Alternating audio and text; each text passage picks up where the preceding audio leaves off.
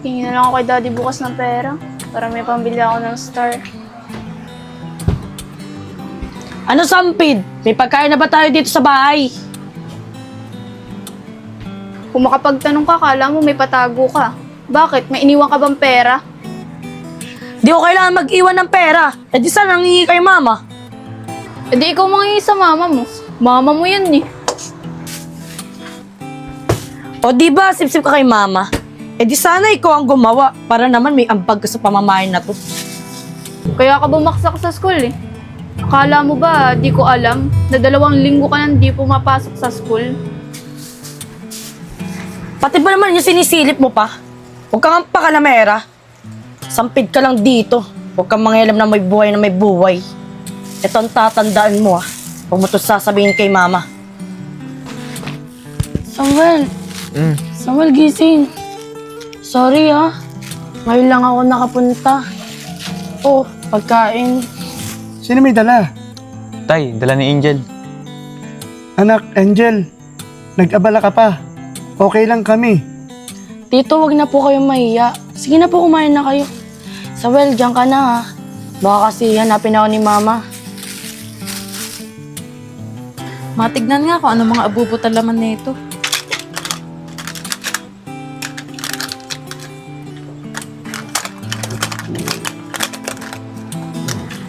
Ano to? Parang piti to Ano yan, Nangge? Ba't parang nainis ka na naman? Tignan mo, May piti sa loob ng bag ni Angel! Loko talaga yung batang yan Puntahan mo nga doon sa kwarto, gisingin mo. Bali rin, anak. Alam mo ba kung saan nagpunta si Angel? Di ko po alam, daddy. Pero kanina, umuwi dito saglit. Kumuha lang ng pagkain, tas umalis ulit.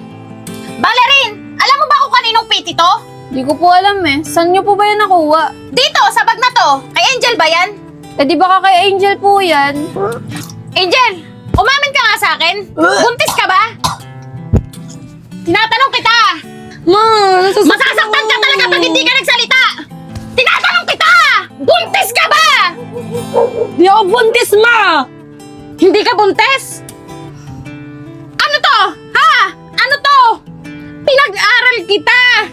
Tinaguyod kitang mag-isa. Tapos isusukli mo sa akin, eto lang? Ha? Magpapabuntis ka? Ma, sorry ma.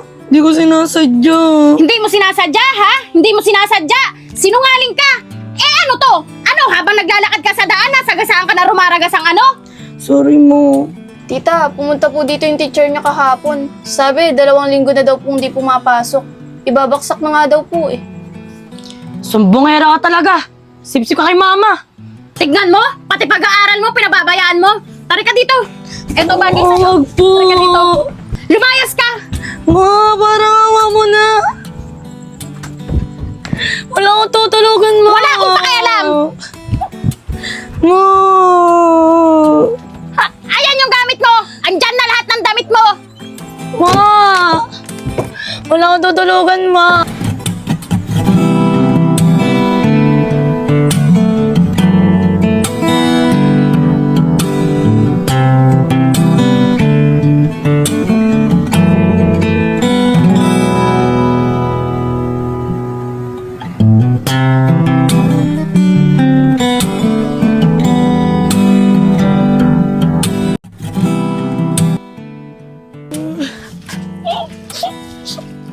Ano nang gagawin ko? Saan na ako pupunta nito?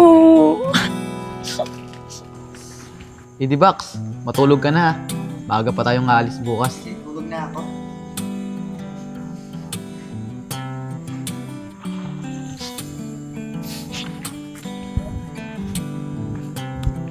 Tagal naman ni Papa. Nasaan na kaya yun? Samuel!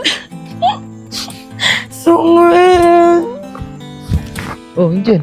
Ba't ka umiyak? Pinalayas ako ni Mama. Ano, Angel?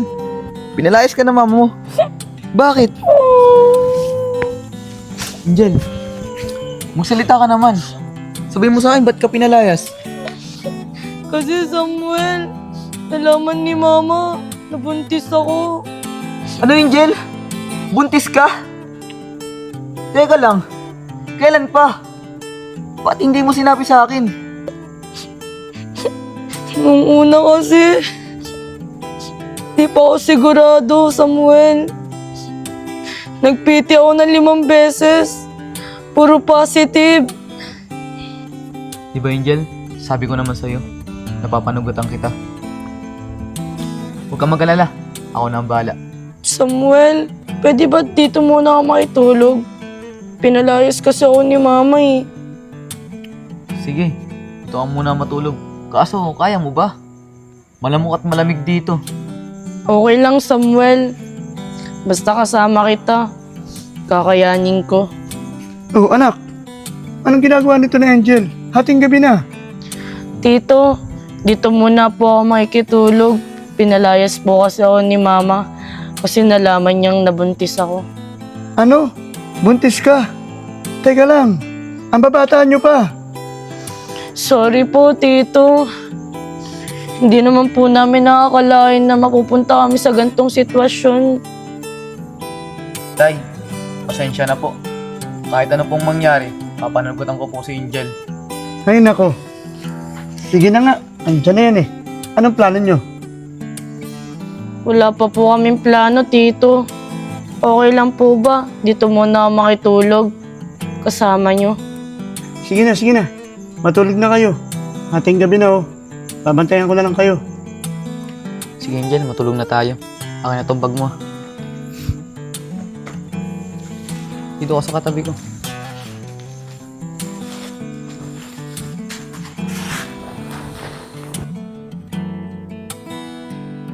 Edi Bax, bunutin mo lahat ha. Kailangan wala kang titira ha. Sige.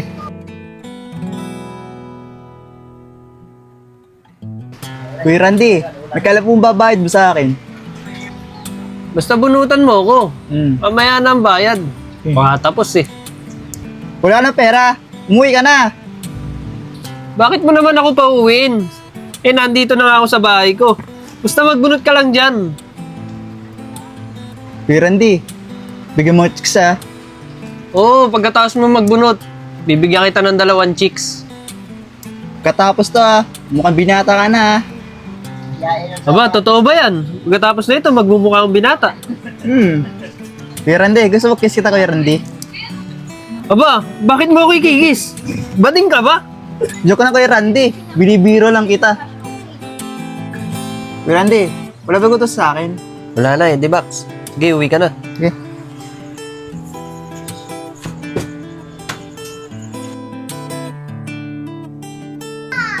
Sipag talaga ni Eddie Bax. Buti na lang may nautusan ako dito. Kuya Randy, bayad po. Ayaw nga pala, Eddie Bax. Pwede bang bukas na? Wala nang pera. Uwi na ako ah. Loko talaga yun sa Eddie Bax ah. Sana bumalik siya bukas.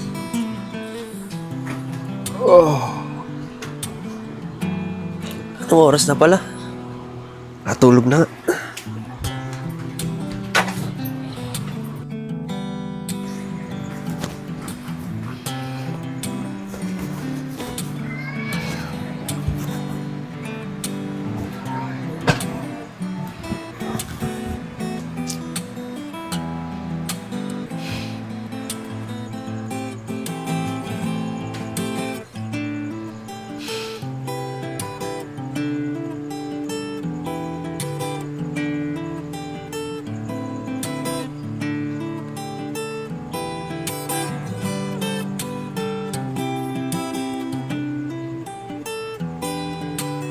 Angel, ano? Bakit mo naman ginagawa sa akin to? Lahat naman ng gusto mo, binigay ko. Kahit nga maganda, hirap na ako eh. Mabigay ko lang yung gusto mo. Pero yung binigay mo sukli sa akin, nagpabuntis ka. Hindi pa ba ako naging sapat sa'yo? Naging masarap pa akong ina sa'yo para gawin sa akin lahat ng to. Hindi ko alam kung bakit. Bakit mo naman nagawa sa akin to? Yung pagiging ina ko naman, ginawa ko sa'yo. Itinaguyod kita kahit mag-isa lang ako. Kahit nga magkanda utang-utang na ako eh. Para lang mabigay ko lahat yung gusto mo. Pero yung binigay mo sukli sa akin, sobrang sakit. Tapos, ang alam ko, nag-aaral ka. Pero hindi ka naman pala pumapasok sa school. Ito pa yung igaganti ko sa akin. Sobrang sakit ko bang nanay sa'yo?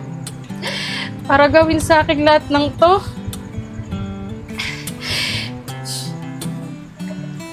Tao po. Tita, nandiyan po ba si Angel?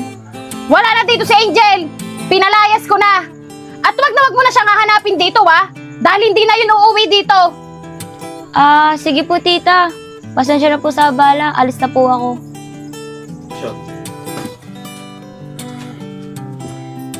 Hindi. Ikaw ba yan? Aga mo yata nakauwi. Ikaw ba yung naririnig kong umiyak? Hindi. Hayaan mo na yun. Siya naman pumili na magiging kapalaran niya. Hindi naman tayo. Naging mabuting ina ka naman eh. Randy, ano pa bang kulang? Binigay ko naman lahat ng gusto niya. Hindi pa ba naging sapat lahat yun? Angge, di ka nagkulang. Binigay mo nga lahat eh. Napakaswerte nga niya. Lahat ng gusto niya binibigay mo. Kung alam niya lang, nagkaroon ka ng malaking utang, maibigay lang yung gusto niya. Sa buong buhay ko, sa kanya ko lang ginugol lahat. Wala na nga akong tinira sa sarili ko eh. Angge, tama na yan. Naintindihan kita. Alam ko, pagod ka na. Halika na, magpahinga na tayo.